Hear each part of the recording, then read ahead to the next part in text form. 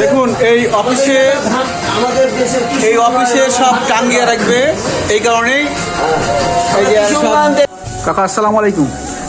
সালাম। কাকা আপনারা কি করছেন এখানে? এই আমরা ধানের আটি বানছি, ও দিয়ে এগুলো কি করবেন? এগুলো টাঙ্গাবো, সব ওই উপরে টাঙ্গিয়ে রাখবেন? উপরে টাঙ্গিয়ে রাখিব। ও, আচ্ছা ঠিক আছে। আর দেখি এই যে আরেকটা ভাই আমার এখানে আছে, কাজ করছে। আর যে আমার কাছে আছে। চাচা আসসালামু আলাইকুম। ওয়ালাইকুম সালাম।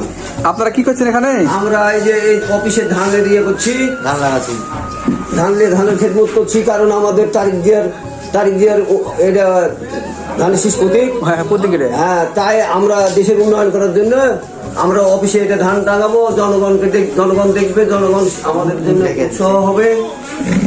তার মানে এগুলো এখানে টাঙাবেন নাকি? হ্যাঁ, এগুলো এখানে টাঙাবো আমরা। আচ্ছা, ঠিক আছে। ধানের অফিসে বানবো, আমরা তো কৃষকের সন্তান, কারণ আমাদেরকে তারিখ যে প্রতিশ্রুতি দিয়েছে তাতে এই ধান ছাড়া তো আমাদের কোনো গতি নাই, আমার কোনো গতি নাই। কারণ আমরা যে এখন ইরিবোরা ধান করছি, এখন আমাদের ইরিবোরা ধানে সার দিচ্ছি, তেল সারের দাম বেশি। আমরা যে শর্কট আছি, শর্কট থেকে মুক্ত করার সে অঙ্গীকার করেছে, সে অঙ্গীকার দেখা যাক, আল্লাহ রহমত সে তার নাজির হোক। আমরা এই আশায় ধান নিয়ে আমরা রাস্তায় নেমেছি এবং তার জন্য আমরা সেবা করছি। আপনারা এই কারণে মিলন ভাইয়ের জন্য প্রচারণা করছেন। হ্যাঁ, এগুলো আমরা। আচ্ছা, আপনাদের এই অফিসটা কোথায়? এই অফিসটা কোথায়? আমাদের অফিসটা হলো দামকুড়ি ইউনিয়ন, কাদিপুর 7 নম্বর ওয়ার্ড। 7 নম্বর ওয়ার্ড। আচ্ছা, ধন্যবাদ। আপনারা আপনাদের প্রচারণা চালান। আমার নাম মোহাম্মদ আব্দুল মজিদ, আমার বাপের নাম আরবউদ্দিন শেখ। আমরা কৃষি, আমার বাপ কৃষি ছিল, আমরাও কৃষি। আমরা যে বুড়া ধান করেছি, এখন ধানের জমিতে আমরা সার পানি দিচ্ছি, এগুলোর দাম বেশি, তেল কিনতে আমাদের সমস্যা হচ্ছে।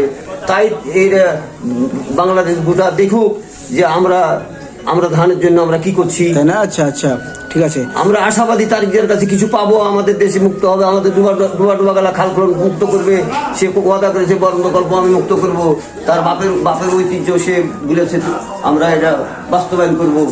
তাই এই আশাতে আমরাও ধান নিয়ে আমরা লড়াই করছি। দেখা যাক আল্লাহ যদি আল্লাহকে জয়যুক্ত করে, হ্যাঁ ইনশাআল্লাহ 12 তারিখে তার কাছে আমরা আবেদন করে তুলে ধরবো। আমাদের এখানে প্রাইমারি স্কুল প্রাইমারি স্কুলের জন্য আমরা আবেদন করেছি তার কাছে, রাস্তাঘাট। হ্যাঁ, সে অঙ্গীকার করেছে আমরা একটা প্রাইমারি স্কুল এখানে দিব।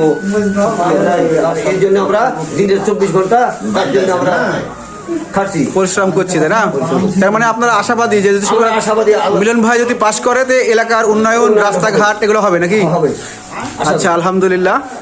আজ এ পর্যন্তই, ভালো থাকুন।